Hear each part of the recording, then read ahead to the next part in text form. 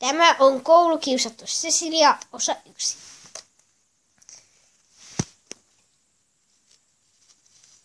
Hyvää huomenta, luokka. Hyvää huomenta, opettaja. Minä olen teidän apuopettajanne, kuten tiedätte, joten ettekö tiedä, mitä sanotaan? Hyvää huomenta, apuopettaja. No, sitten on hyvä, mutta meillä on tänään jossain vaiheessa kerrottavaa, mutta tämä tunti on lyhyt. Kertopaaseksi kaikki.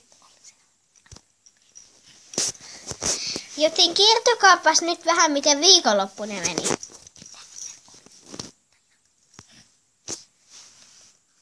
Eli Ketä voisi aloittaa?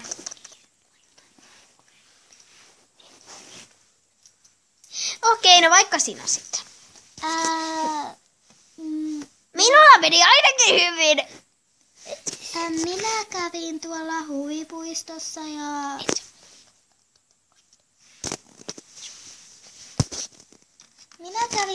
huvipuistossa ja muualla, mutta muistaisin, että minä en saanut hattaraa. No, mulkin meni hyvin. Kaikilla on näyttänyt menevän hyvin, vai mitä? Menepä sinä nyt paikallesi. Älä töni toisia, älä kaatuile. Okei, no nyt voitte mennä välkälle.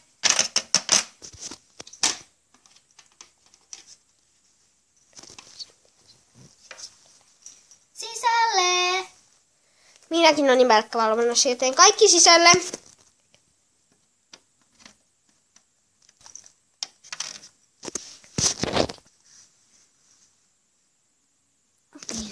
Mutta tämä osio päättyy. Nähdään seuraavassa videossa. Moikka!